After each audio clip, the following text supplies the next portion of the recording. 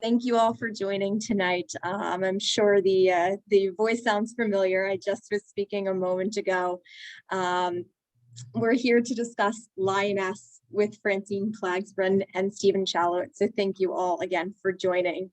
It's a definitive biography of the iron-willed leader, chain-smoking political operative, tea and cake serving grandmother who became the fourth prime minister of Israel. It's an honor to introduce Stephen Shalowitz. Stephen is the host of Jewish National Fund's Israelcast podcast, the One Way Ticket and the One Way Ticket Show podcast. He is a JNF-USA New York board member and on JNF-USA's social media committee, and invites you to connect with him on all social media at Stephen Shalowitz. Francine Klagsbrun is the author of more than a dozen books, including The Fourth Commandment, Remember the Sabbath Day, and Married People, Staying Together in the Age of Divorce. Lioness received the 2017 National Jewish Book Award, Everett Family Foundation Book of the Year. Klagsbrun was also the editor of the best-selling Free to Be, You and Me, and is a regular columnist for the Jewish Week, a contributing editor to Lilith, and on the editorial board of Hadassah magazine. Her writing has also appeared in the New York Times, the Boston Globe, Newsweek, and Ms. Magazine. She lives in New York City. Stephen and Francine, thank you both. It's an honor to have you. I now turn the program over to you. Well, thanks so much for that, Sarah, and good evening, everybody. And Francine, it's fantastic to see you in person here.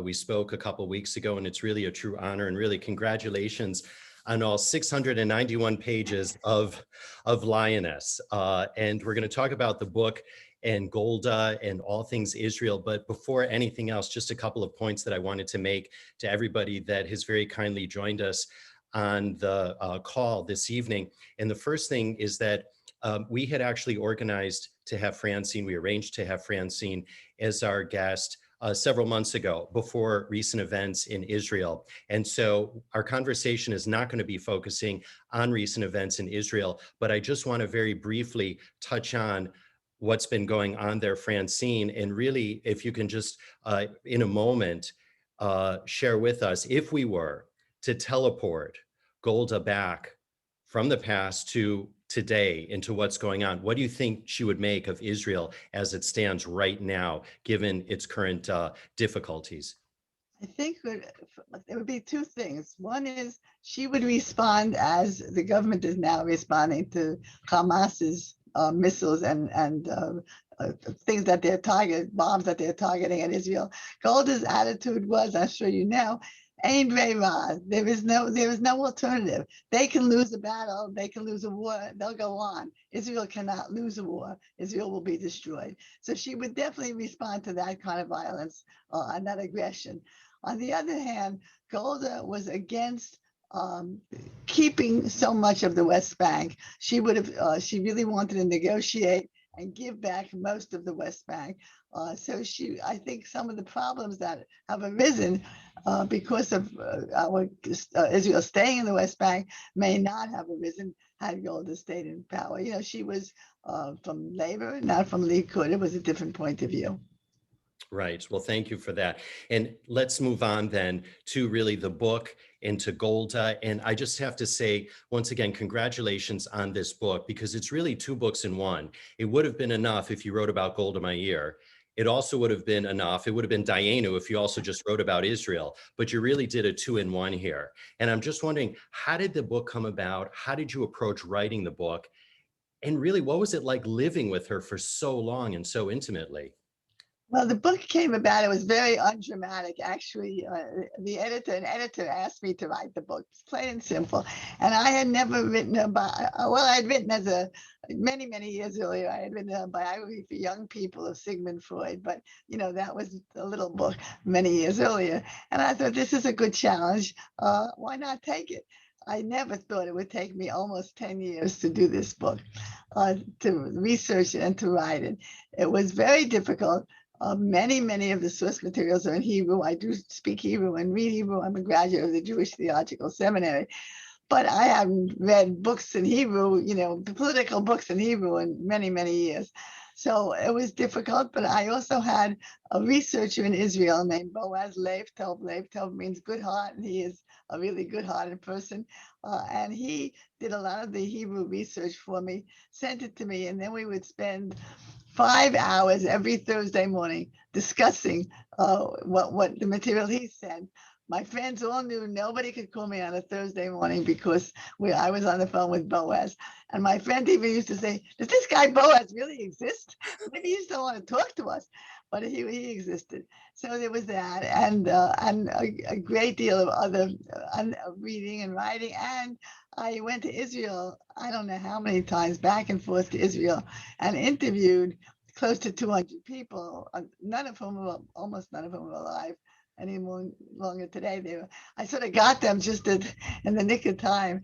Robert Caro, whom some of you may know the name, the very famous author of all the books about Lyndon Johnson, is a friend of mine. And when I started this, he said, the first thing you have to do is interview people because they die. And I said it was the best advice I ever got, because that's what I did. And that was very, very important. And I met Golda's family. I met her son and her daughter, who are also both gone now. I got to know them very well, got to know her grandchildren well. So I really got an intimate look. They invited me into the son invited me into their home where Golda had lived.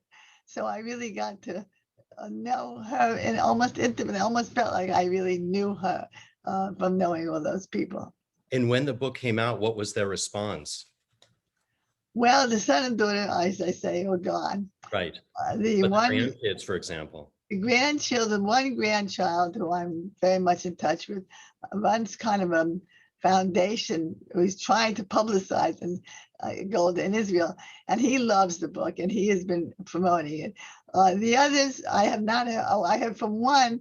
Well, I was speaking. Only one of the grandchildren lives in the United States, and I was speaking. I don't remember. I was near Washington, I think, and this man was online with me, for me to sign a book.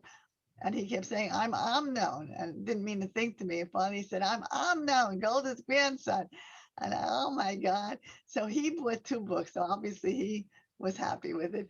One son was not happy about something I had included. And the other one I just haven't heard from. But I think generally speaking, they're pleased.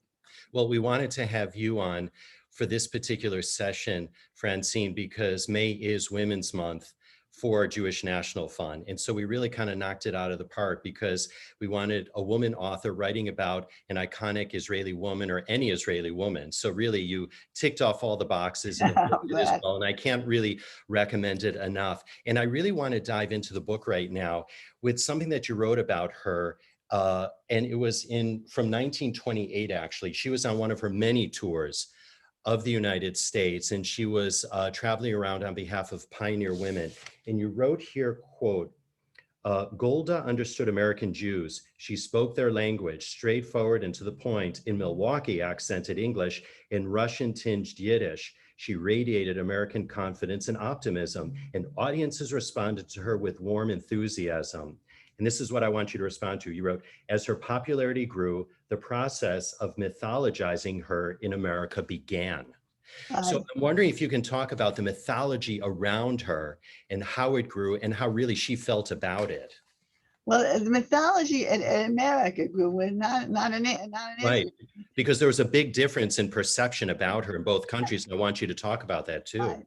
But in America, she was seen as sort of the local girl who made good. She's our girl. And she went to Israel, and look how well she did. She worked her way up and really worked hard, but became so important and so famous. So I think the mythology grew because we were very proud of her. American Jews were very proud of her. When in 1928, when she was then head of the Pioneer Women, which is now Naamat, and these women were so taken by her charisma.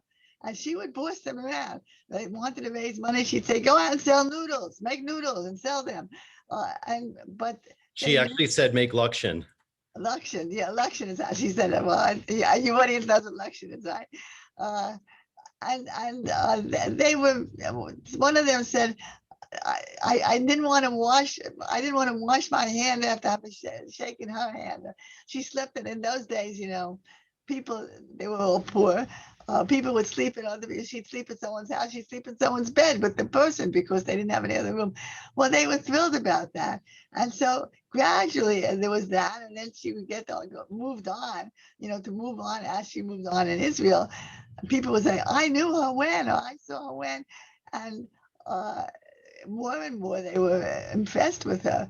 How did she like that? She loved it. However, Golda's style was to be very modest. So she would pretend she didn't care about it. She didn't care about any kind of publicity, but she loved it. She loved the people loving her. She loved the importance that she had and the publicity that she had. And so she fed into it. And as she got older, she fed into it in a number of ways. For example, when she would be interviewed by a newspaper, she would be this lovely Jewish grandmother. She would talk about her kugel. She would talk about her gefilte fish. And the newspaper reporters ate it up. No pun intended, right? They loved it, and she reached them that way. And then she would also say the serious stuff she wanted to say, but she had this image of this wonderful Jewish mother and Jewish grandmother. She cultivated it, and yet she could be as tough as nails to get what she really wanted to get.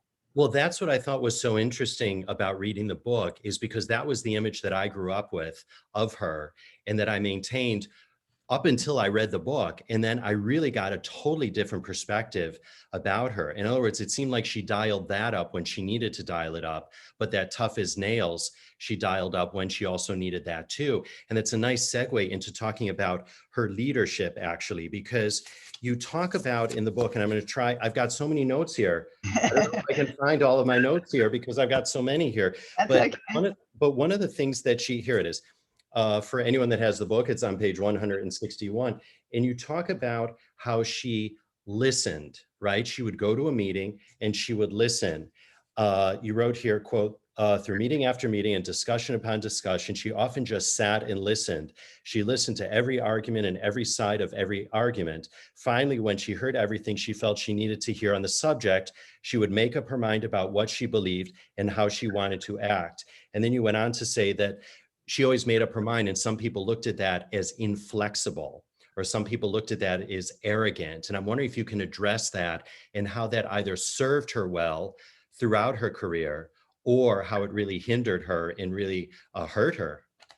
Well, later on, she became, got this reputation as being inflexible, particularly in matters of peace with the Arab countries and so on. The fact is, she made more concessions than people ever realized. To go back to the younger days with her staff, yes, she would listen to everybody's point of view. Once she made up her mind, it would be very difficult to get her to change her mind. And that is true. Although I met somebody, one of the people I interviewed said, she really didn't like me. I knew she didn't like me. She didn't want anything to do with me for a long time. And then she changed her mind. I'm one of the few people she changed her mind about, and she got to like me and respect me. So she could change her mind if she wanted to. But once she made up her mind, but she did listen. She listened to all these points of view. Later on, as I say, when it came to matters of peace or with Arab countries, she was always accused of being, inflexible, intransigent. But in fact, she made more concessions than people ever realized that she did. And she was willing, as we spoke earlier about the West Bank, she was willing to make a lot more. She really wanted peace, and she was willing to make more. The Arab countries at that point were not willing to concede anything, and she didn't get the peace she wanted. And it was a great heartache for her. She really wanted to make peace. And Francine is a woman in a man's world. And we'll talk about some of the men in her life in just a moment. But I was going through the book, and as I was reading it, I kept thinking that she really just got on with the job. She didn't, not that she didn't identify herself as a woman, but she just did the job and whatever was required. And at one point in the book, you talk about how she was asked what it was like to be a female foreign minister. And her response was, I don't know, because I've never been a man. right? Because she was the first and only at that point for a woman foreign minister in the Foreign world. minister, right.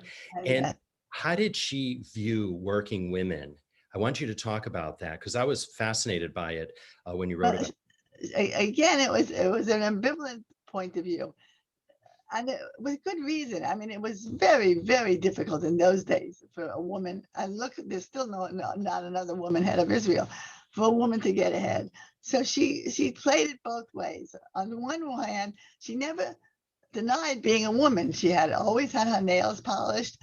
She wasn't a fashion plate exactly, but she dressed neatly and nicely. She cared about what she wore. She was clever. She used women's images. She used, for example, she had a kitchen cabinet. Kitchen is a woman's image. She used those images. She never denied them. So that worked in her favor. But what she didn't do is she didn't support the women's movement of the time. She didn't want to be identified as a feminist. And you can understand why. In that man's world, a feminist was not going to get ahead. There were women in Israel and Palestine and in Israel who were actually women who were feminists, who worked very hard at feminism. And you wouldn't recognize their names, because they didn't get ahead as the way she did. She was ambitious. She wanted to make a name outside of the women's world. So she never identified with feminists. And that made, to this day, feminists angry at her because she could have been helpful, and she wasn't.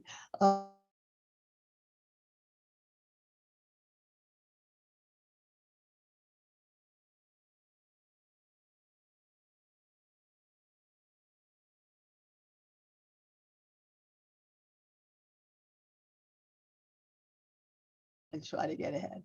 Well, I'm glad you brought Ben Gurion up because I do want to segue there right now. And you pointed out in the book that his mother passed away shortly after his 11th birthday. And his biographers have pointed out that throughout his life, he really carried an idealized image of women as mothers and as protectors, right? And even Ben Gurion's grandson had said that he treated Golda Meir very differently than he treated the men. I think the words that you used were that he was tender to her, mainly because she was a woman. Talk about their relationship, Francine, how they both needed one another, what they both meant to one another, and how they really helped one another succeed and to grow Israel. Well, they did up to a point. There was a point when it stopped happening, but Ben Gurion was very needy in that sense. Before the war, before the War of Independence, he was almost hysterical, worrying, what's going to happen to us? What's going to happen? We're going to be destroyed. He needed the comfort of a woman like Golda. She was a strong woman. She adored him. She admired him more than anybody in the world. And their relationship went back a long way because he visited the United States before she made Aliyah, right? Well, she had heard him speak. Well, she heard him speak, yeah. Well, she was supposed to hear him speak. Yeah, that's right. She was that night. Yeah, she went out with Morris, her husband. Her husband to be at the time. She was punished by not being allowed to hear him speak at other times. But she knew who he was, and yeah, you wrote that he was supposed to go to her parents' home for dinner. That's right. And canceled the dinner because she did not go hear him speak. Right, that's right. But Ben Yehuda went. His partner Ben Yehuda went.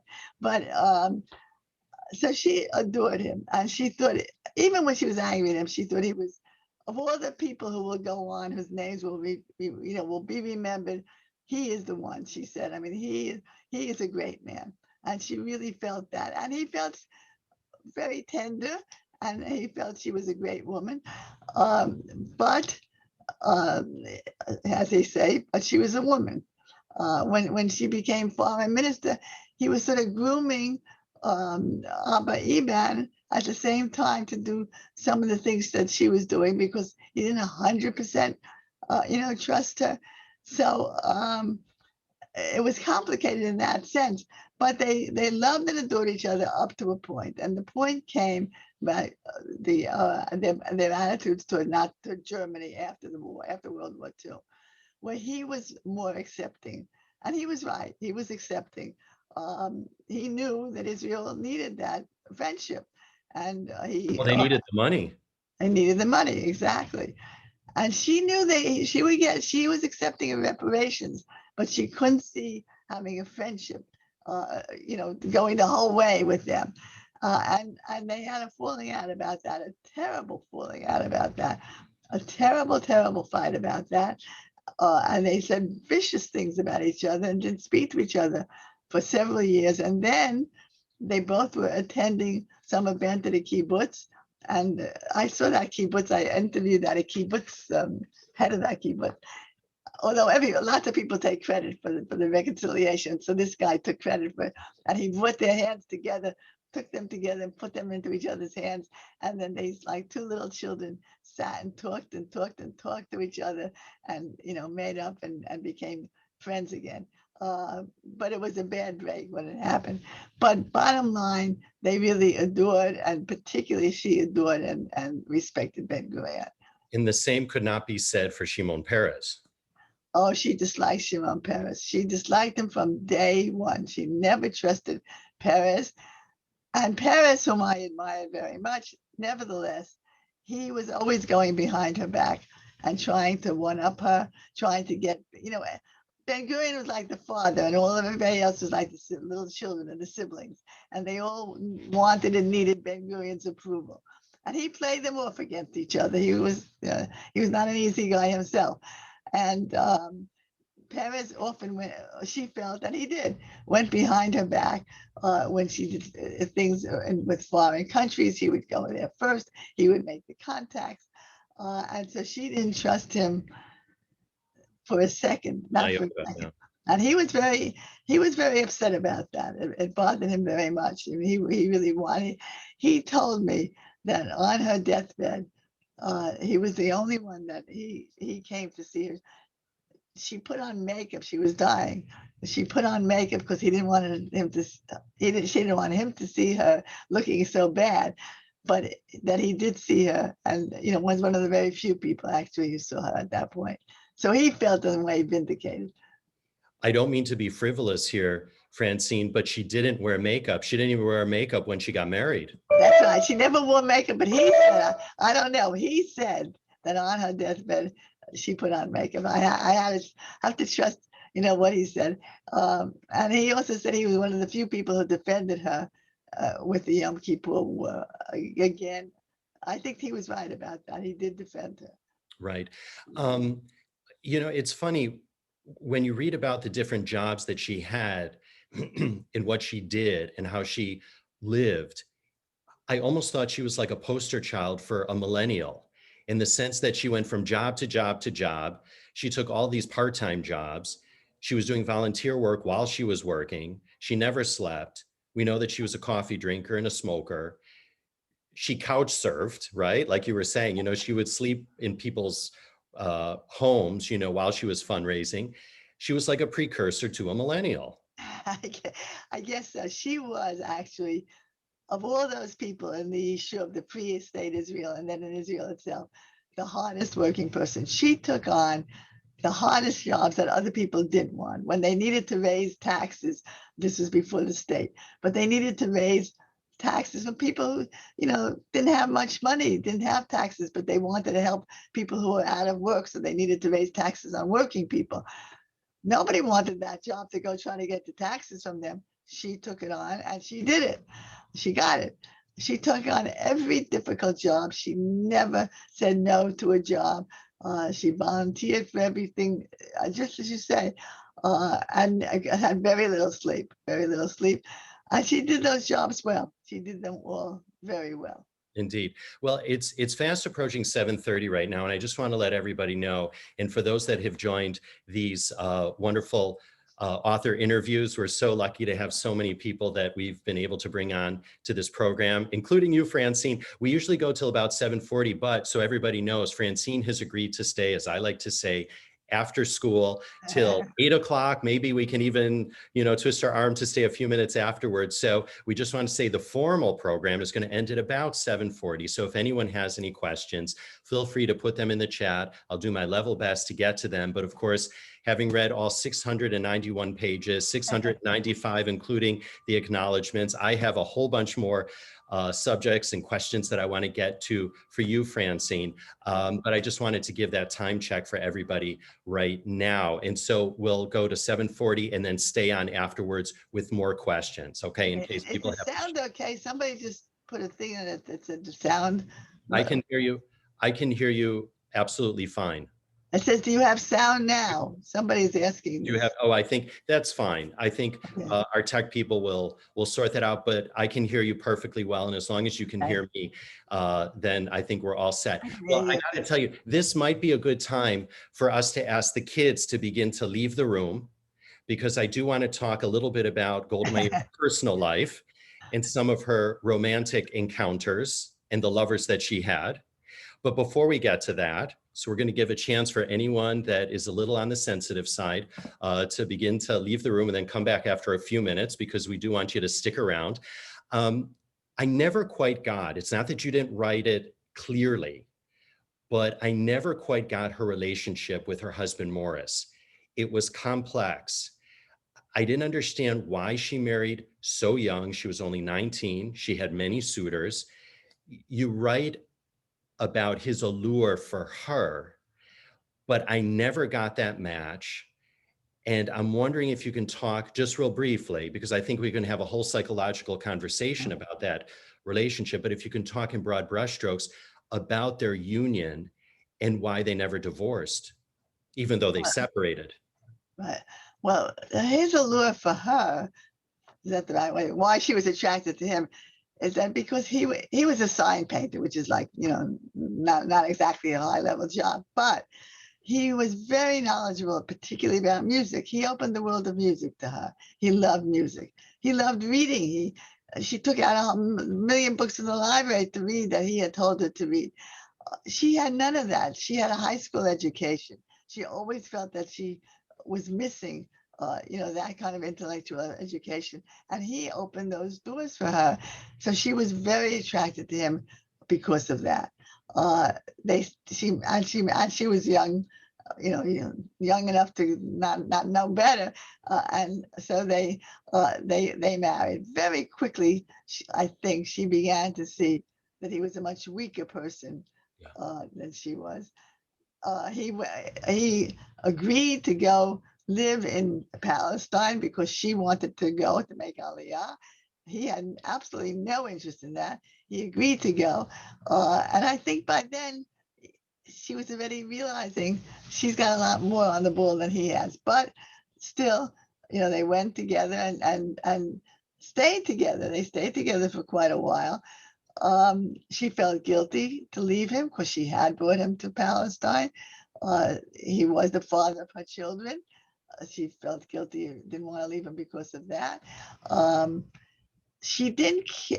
She said she didn't care. He wouldn't give her again. He did not want to have a divorce. He didn't want the divorce. Whether she really wanted it as a question, a moot question, it's not clear. Because in some ways, being a woman who was married, she could do a lot of things, get away with a lot of things that she couldn't as an unmarried woman. Unmarried woman, a lot of people be asking her to marry them and so on. She didn't want to get married again. She was, they were those, I don't know if the word hippie is the right word today, but in a way they were, they were very advanced. They were radicals in their own ways. And living and having affairs. Every single man, every man you can name of those founding fathers had affairs with women. There's not one who did not. So that Golda did it. Why not? She's just like the men. She's one of the boys. So she did it as well. But I will tell you this, when I've spoken to people and they say, she wasn't the most, she was a very attractive as a young woman. She got older, she wasn't. She still had affairs. But people say, Golda Meir, she's not the most, beautiful woman. Well, I got to tell you, the men were not so gorgeous either. They were, dumpy and whatever. But they were all the men she was attracted to were always intellectuals. It's just the way she was attracted to Morris, her husband, because of the music and the reading and the so on. Every man she was attracted to was an intellectual who she felt had that kind of knowledge that she didn't have, and that was an aphrodisiac for her. And she kept his photo next to her bedside. Yeah, she kept his photo next to her bedside all her life. So there was this connection, the first man that she loved, the first man she married, and the father of her children. And she, and guilt, I think. That's what I thought it was, actually, when I was reading this, that it was a sense of guilt, because I don't think he necessarily wanted to go to Palestine at the Oh, he time. did. And in that journey that you wrote about was just harrowing. Right. And, before we talk about Golda's lovers, I don't mean to get all New York Post page 6 here, but I think it's relevant in the context of who she was. Do you remember about the journey? It was horrific. There was a strike. There had been a strike of the maritime strike. They didn't know that, but the sailors on the ship were sabotaging it. So the tea had salt instead of sugar. I mean, everything they ate was terrible. It took much longer to get from one port to the next because they were being sabotaged. Although one of the sailors committed suicide, another one went crazy, was locked in a room. So it was a horrendous trip in that sense. And they didn't know what was going on. They didn't realize that this was all geared against the maritime company. They just thought, what's going on here for us? And that was terrible. But, they were young. And this was an adventure. An idealist. And they were idealists. Idealists, and they were Right. very much idealists. And so they lived through that. And they lived through a lot. I mean, when they first got there, and she and Morris applied to go to a kibbutz, Merchavia. They were rejected because the kibbutz people who themselves were Americans rejected her because they thought they were soft Americans, didn't want her. But Morris's phonograph particularly is what they really loved, and they accepted them because of his phonograph, phonograph on the record that went with them. So it's good that Morris is an intellectual. That was the early 1920s, and it was a novelty, wasn't it? It was. Nobody had that. They were thrilled to have that. Absolutely. And Absolutely. she loved the kibbutz. Morris hated it. Yeah. And she always wanted to return. And of course, her daughter, Sarah, became a kibbutznik her dream, yeah. Right, down in the Negev. So I want to talk about those men in her life, those romantic relationships, and you say that they were lovers. And when I was reading this, I am in no way comparing Golda Meir to Lady Edwina Mountbatten, who was the last viceroy of India. But Lady Edwina had many lovers, or several lovers, and it was said that she actually was having a relationship with Nehru during her time in India as the last viceroy. And of course, her husband was Lord Louis Mountbatten, the last viceroy of India. Her daughter, Lady Pamela Hicks, vehemently denies it. She said that they had a very close, intimate relationship, but it was not of a physical nature. It was just a very close, and they both gave each other what the other needed, but it didn't go to that physical level. It's implied in the book here that Golda had a physical relationship with these men. And I'm wondering, for you as an author, a researcher, a historian, how did you come to that either conclusion, or how did you get to know that? Because you published certain notes that they wrote to each other, which were very fond and flirtatious. But how do you as a historian approach that to say that that is actually something that is fact? Oh, well, it was very well. David Remez is the person, particularly the one you're talking about. That was the main person. He was really the true love of her life. And it was everybody knew it. I mean, people spoke about it.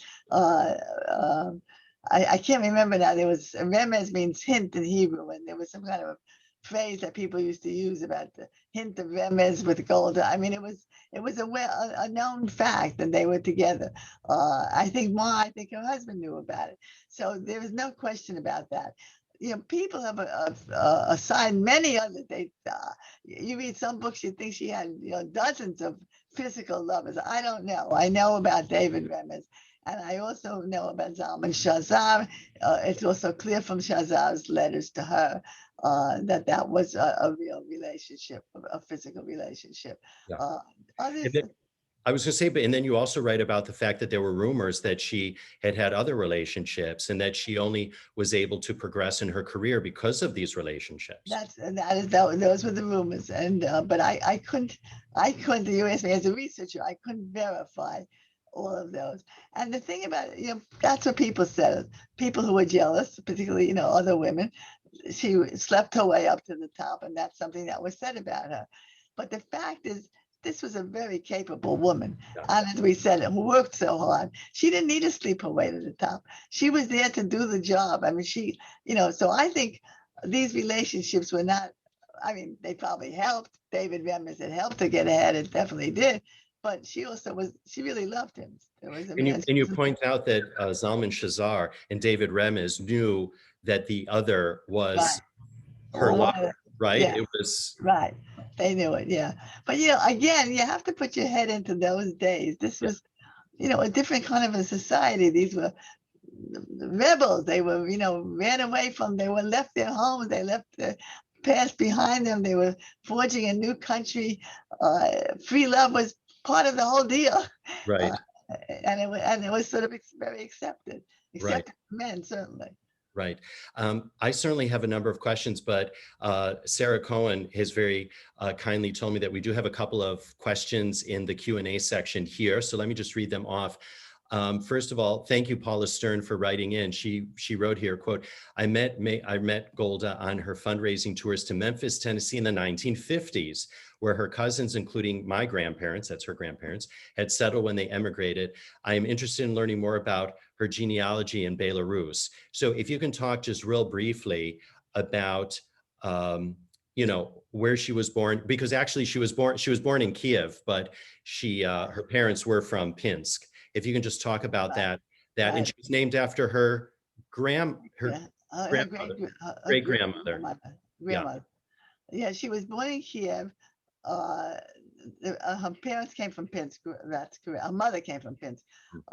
She was born in Kiev, but when she was 8 years old is when they went to the United States. So she was raised in the United States, pretty much. She had an older sister named Shayna, whom she adored. Shayna was 9 years older than Golda. And Golda, all her life, even when Golda became Golda Meir, the famous, and Shayna was just her sister, she always looked up to Shayna, and it was of anyone's approval in the world, it was Shayna's approval she cared more about than anything. Between Shayna's birth and Golda's birth, that's 9 years apart, the parents had 4 other babies, all of whom died in infancy or childbirth or infancy. So when Golda came, she was was a healthy baby. She was very much welcomed into the family. But then they had another child, Sippy, who then became the pet. And so Shayna didn't have much to do with Sippy, but Shayna became Golda's sort of mother then.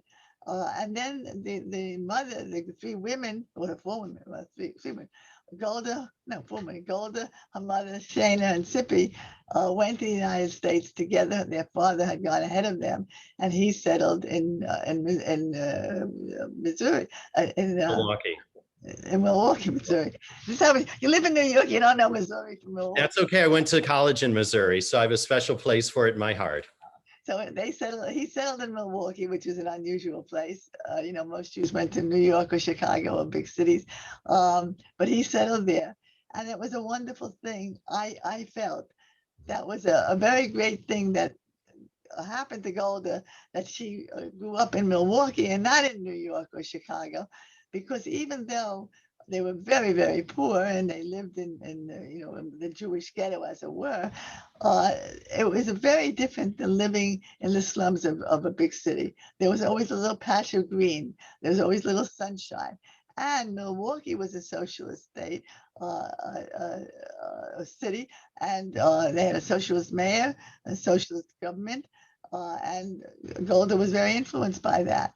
They used to have talks on Friday afternoons. People would stand on their boxes and give speeches. She was very influenced by that. That was also part of her growing up, which would not particularly have happened if she had grown up in New York. So, and I think I always felt she always spoke of herself as an optimist. And I felt that that's that Midwestern optimism that there's a whole, and especially in those days, the whole frontier in a way was still in front of them. And there was so much to look forward to. And Golda picked that up and had that point of view, because she said, a Jew has to be an optimist. What else could you do as a Jew? You must be an optimist. But I think that was very important that she grew up there. So that was the background. She was close to her parents. She used to fight with her mother a lot, but came to appreciate her.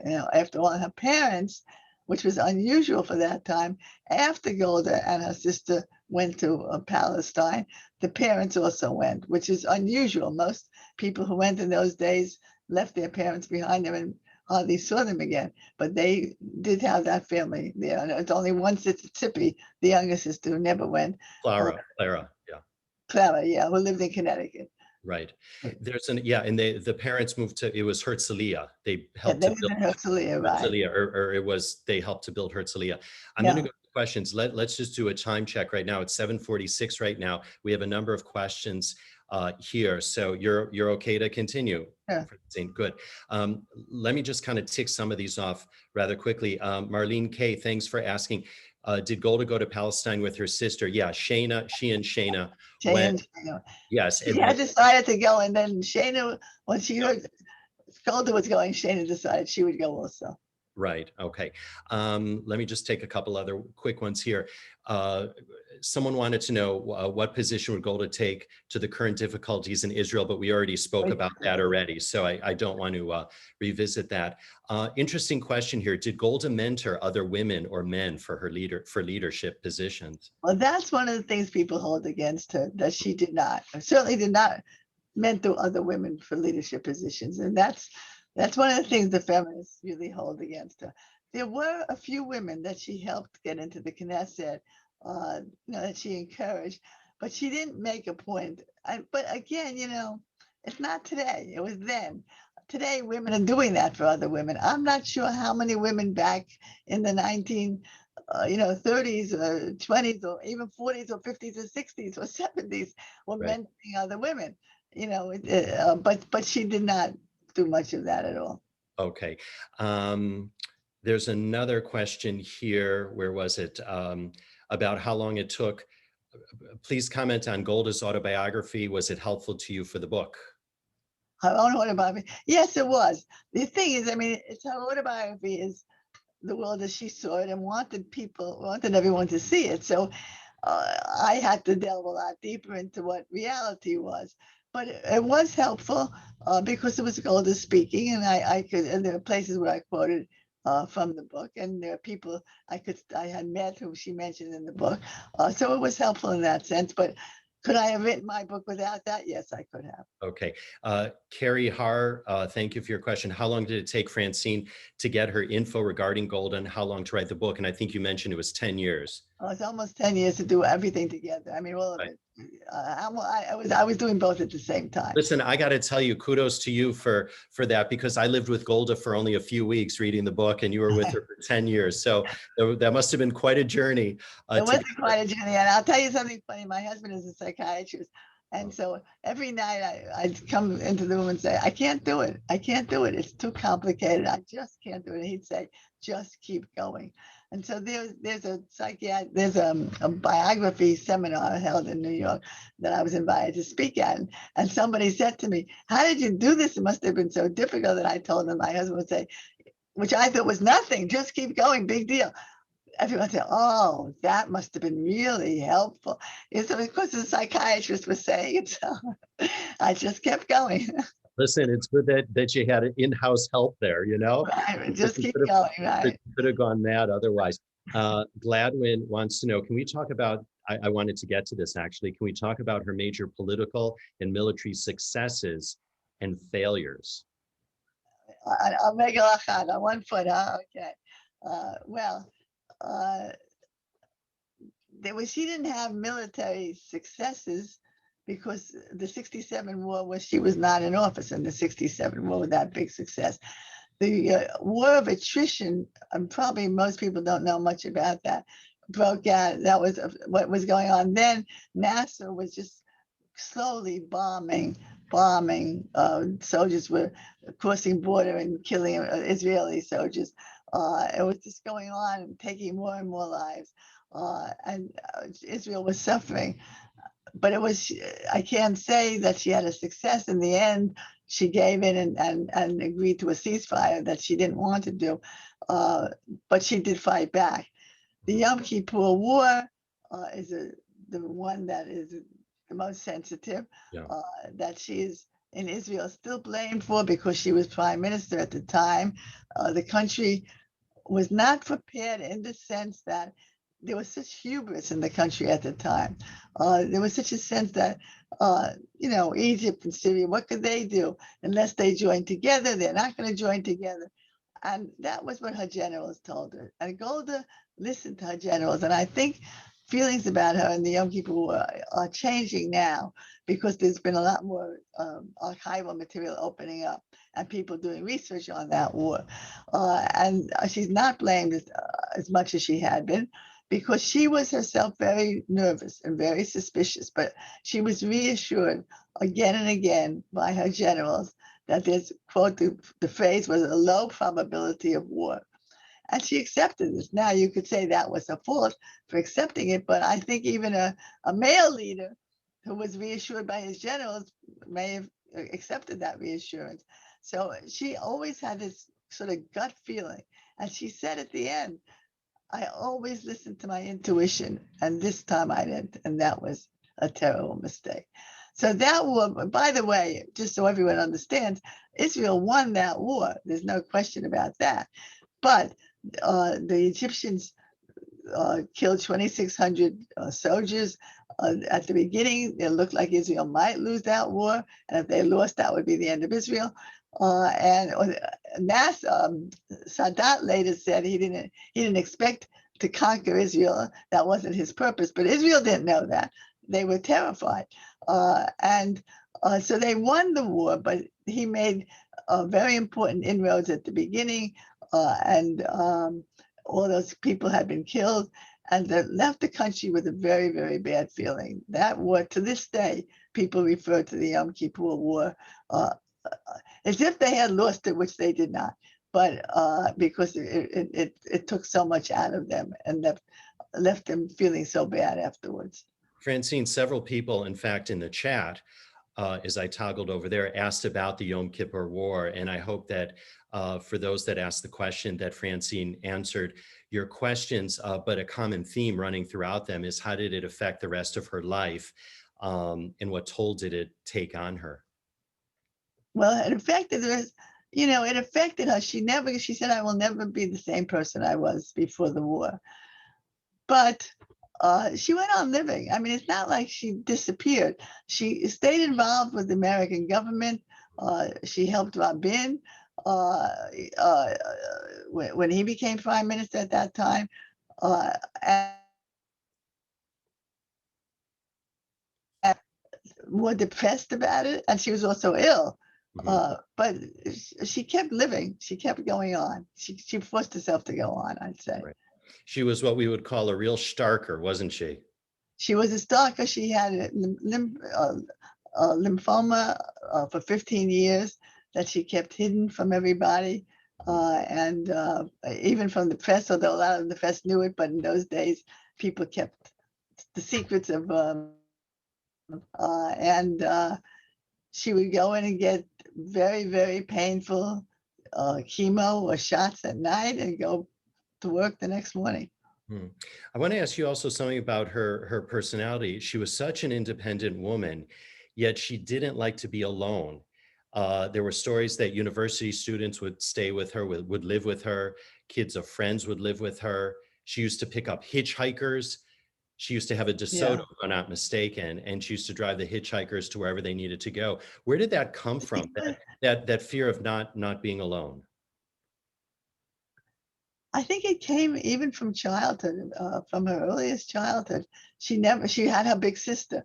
And when she didn't have her big sister any longer, I think and she didn't have a husband. She didn't have anyone she lived with. And I think she really just liked to have company, and she liked to have people reassure her that, she was doing something right. She liked having young people around. She always had young people living in the prime minister's home with her. And she liked that. And it just made her feel good. Right. Someone asked a question. It was something that I wanted to ask you. She was known for her wit, and she was known for her wonderful quips. Where did she get that from? Or was that just inborn? And do you have a favorite one of hers? Yes, I do have a favorite one, but I think it was inborn. I think that was the other. She had I interviewed a reporter, a journalist named Yossi Goldstein, who was a terrific guy. And he said he said he knew every prime minister. He'd interviewed them all. And he spent a lot of time with Golda toward the end of her life, and she confided in him. He said, I never met of all the prime ministers, not one of them who had the kind of sense of humor that she had. It was this kind of very Jewish wit. It was always had a zinger. A Yiddish wit, right? Yiddish wit. It always had a zinger to it. But the story I liked the best was with Kissinger. And I mean, you may know this, and people may know this, I don't know. But when the Yom Kippur War was over, they were negotiating for the separation of troops, first with Egypt, and they did that, and then with Syria. And the negotiations got very, very difficult. Syria wouldn't give in, and Israel wouldn't give in. And Kissinger was going nuts. He was going back and forth, that shuttle diplomacy. And he was really getting really angry at her. And he said, Mrs. Meir, because she wanted to, after all, it's Israel. Mrs. Meir, I am a Secretary of State first. I'm an American second. I am a Jew only last. And she said, that's okay, Henry. In Hebrew, we read from right to left. And I love that. That's one of my favorite. I love that one. I think it's brilliant. One of our other ones that I liked is, please. Is when she would always say, and I think she got this from someone else actually, but it became hers. She would say, if somebody would be very, very, very modest, she'd say, don't be so humble, you're not that great. which I love that one. Listen, Francine, you're okay to stick around for a few more minutes because we have some more questions. Are you okay? Okay, but I'm not sure. I'm looking at this thing on the Nativ, and I don't remember that much about that. The Nativ agents, at the moment, I don't remember. The agent's question. Yes, thanks for looking. And by the way, we should just say that. Francine, are you there? We just lost Francine, actually. Everyone stick around just for a moment because we lost Francine. A bit of a technical difficulty. This happens because this is actually live and it's Zoom, and we've got a ton of participants here, so thanks very much. Let's just wait a moment, see if Francine joins us. Maybe Sarah, if you want to give her a call to... I'm on again. Oh, you're online again? Okay, good. Thank you for that, Francine. If you can show your video, otherwise, we can pretend like this is like radio days and you can just be talking and we'll be listening to Radio Francine otherwise. But see if you can click. No, are you not seeing me? No, I'm not seeing you, but if you start, there you are. Here I am. There's Francine. Francine's back. After that brief interlude. Thanks so much for that. Well, we're going to go on just for a couple more minutes because everyone has such great questions, and really thanks to everybody. Someone wanted to know if she actually physically fought in 48, and I know the answer, but I'll let you answer it. She didn't physically. She didn't. No, but what she did was much more important. That was the very, very important thing was that she came to the United States and raised the money that they needed to fight. It was tremendously important. Ben Gurion said when history is written, it will be said that there was a woman who got the money that made the state of Israel possible. Indeed. I just want to go through our questions here, and I'm just trying to do this actually rather quickly. And I think you already answered the question to Paula about you weren't familiar about the Nativ agents. I am familiar, but on this right now, I don't remember it very well. I did write about it. I did write about the Nativ agents. Okay, very good. But Lebanon, not the city, the man. Right. Lebanon. Another question came up. We'll just take a couple more from the Q&A. I have a couple more and then perhaps we'll wrap. What was her attitude towards Mizrahi Jews? Somebody wanted to know. Well, that's another complex. People are asking very good questions. Aren't they? We got the smartest audience in all of Zoom land, Really, Francine. really, very complex. Well, the Mizrahi Jews felt that she did not pay enough, did not understand them, and did not pay enough attention to them. She felt, and she did a lot to help them, but she couldn't put her head into theirs. She couldn't identify. She was a Russian Jew. She was a Litvak.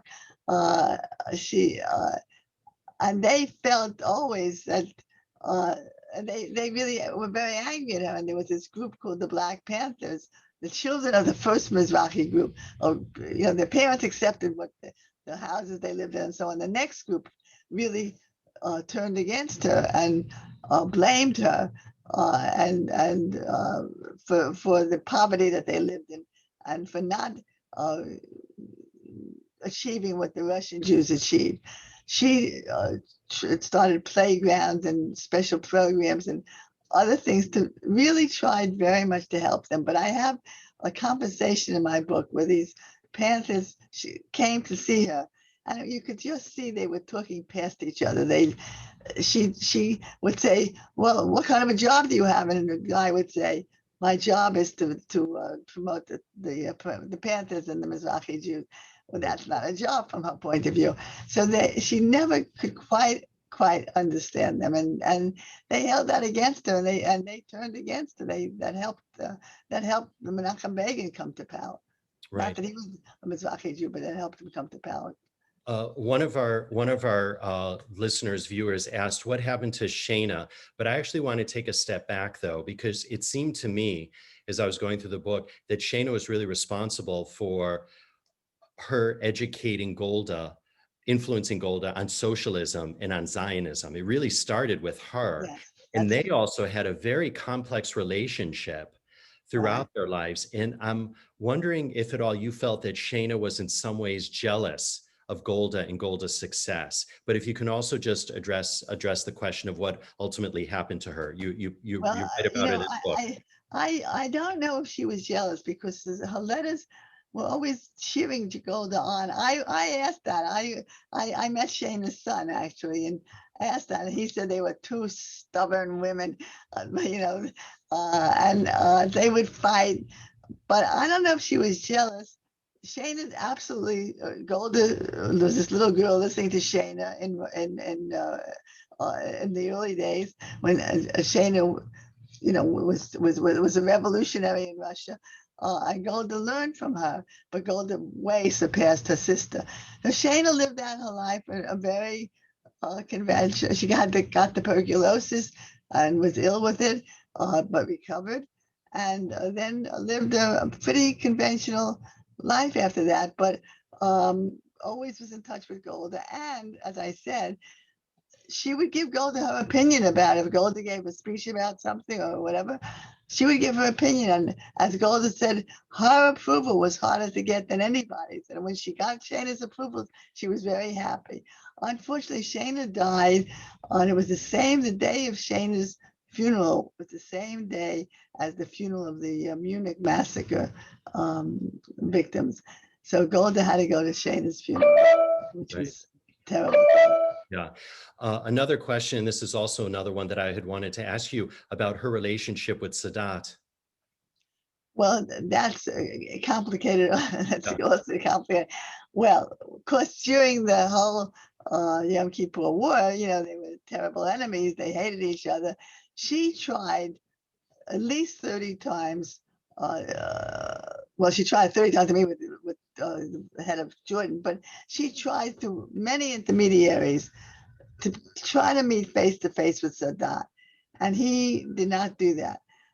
He refused to do that, and he refused to negotiate before that war. He was planning the war. He wanted the whole Sinai back, and she would have probably given the whole Sinai back. But, she wanted other concessions from other things that they had conquered in 67. And she wanted face-to-face negotiations. And none of the Arab leaders wanted to do face-to-face negotiations because that would be recognizing Israel. As it turned out in the end, of course, Sadat did do face-to-face. He came to Israel, but that was after she was out of office. So while, all this was going on, they were enemies. But when he came to Israel to make peace after she was out of office, she met with him. They met on the tarmac of the plane. And he said to her, Mrs. Meir, I have really wanted to meet you for a very long time. And she, being Golda, said, well, why didn't you come sooner? And he said, the time was not right. And he felt, and his wife wrote this in her book, he felt that he needed to have a victory. It's close to victory. Again, he didn't win that war. He didn't win the Yom Kippur War. But he got self-respect. His troops did well up to a point. And he could now negotiate on a more equal basis than he felt he could after 67. And so he could. Well, then during those meetings, they became sort of buddies. She bought a present for his grandchild, and he bought something for her. And I don't know if any of you remember, there's a wonderful, you can probably see it on YouTube, where they're talking, and she says something about, you called me an old lady. And he laughed, and she said, you did, didn't you? You called me the old lady. And he laughed, and he said, yes, he did. So they then became buddies at that point. Right. Listen, I'm going to give about a 6-minute warning right now, and I'm going to just try and squeeze in a couple other really quick questions. So because I'm mindful of your time as well as everyone else's, but this is such a robust conversation. Paula Stern wanted to know here about her grandfather had an inn, right? Right. And she wrote, in a shtetl outside Pinsk in Minsk, Gubernia. Do we know anything more about that shtetl? I think it was in Pinsk, though, wasn't it? In Pinsk. It was in Pinsk. That was a very big shtetl. I wrote quite a bit about it. Well, Pinsk was, it was a decent sized city. Yeah, it was like, and there was a self-defense group there that ready to defend themselves. It wasn't, there were a lot of Jews living in poverty and so on and so forth. But it was a more prosperous in that sense, and more self-sufficient in that sense. I mean, Pinsk was a pretty big city, and his he owned this inn and did very well with it, actually. Right. Somebody wrote in that Marcia Greenstein, thank you for your question, that Golda's sister lost a son in Korea in the American forces. Did you know anything about that? Golda's sister? Her son, so that means Golda's nephew, died in the Korean War. Oh, I don't know about that. Golda's sister lost a son in Korea in American forces.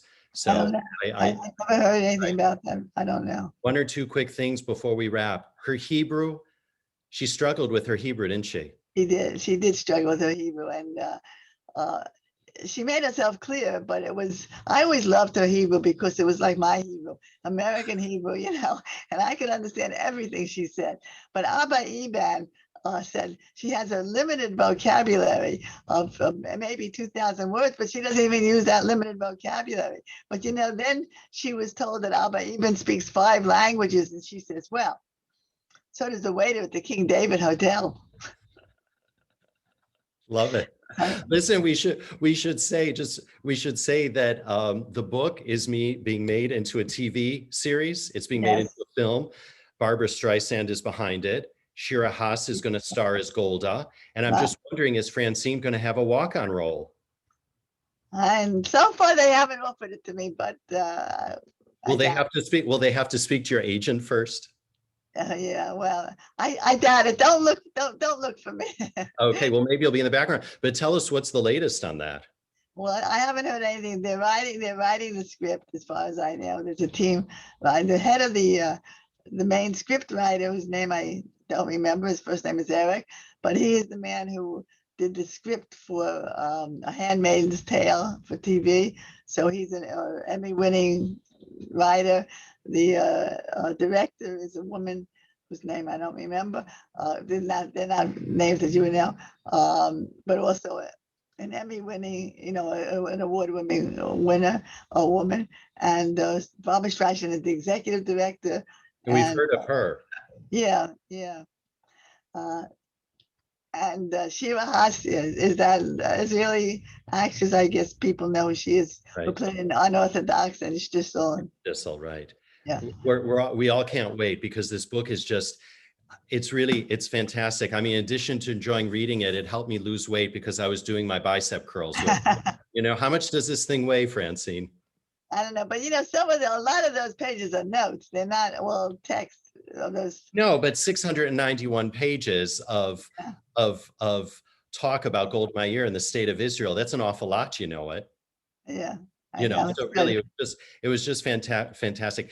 Final thing really before we push off though, let's take what's going on in Israel aside. I'm talking about what's going on today in Israel with the rockets blaring down in that very same situation. 43 years later, Golda Meir died December 8th, 1978.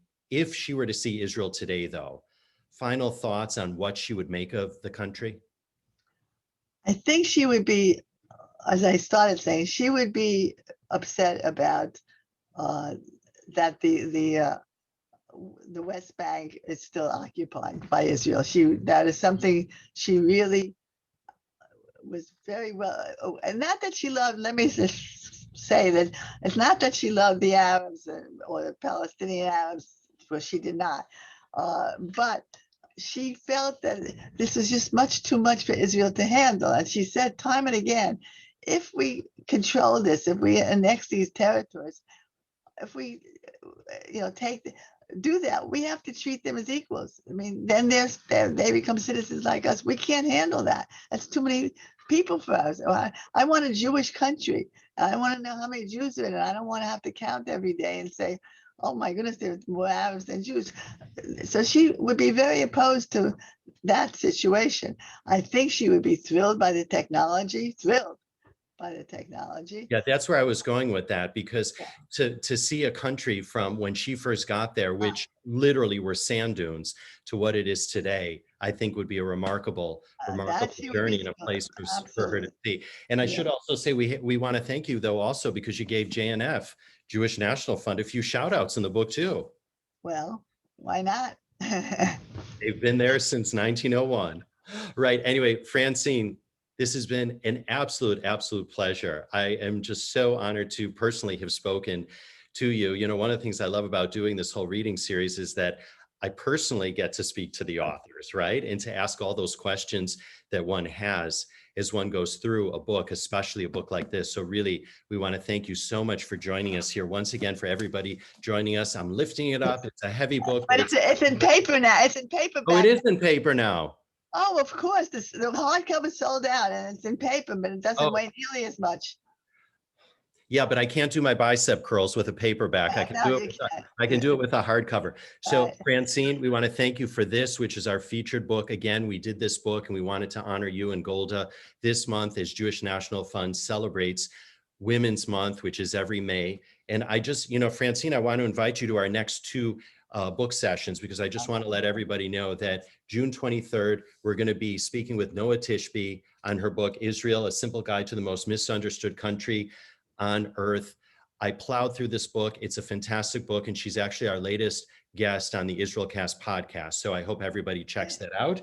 That's going to be in June. And then Francine, in July, we have Ben Friedman, who wrote the book Jewish Pride. So we hope you and everybody else can join us for this. And really, this has been a fantastic evening. And I want to thank you for just enlightening us through the book and through your words on Golda Meir, a formidable individual. And we're very proud of her work. We're proud of you. And we want to thank everyone for joining us this evening. Have a great rest of the week. And we'll see you in June, and take care. And thanks so much. Thank you very much. It was my pleasure to be here, really. Take care.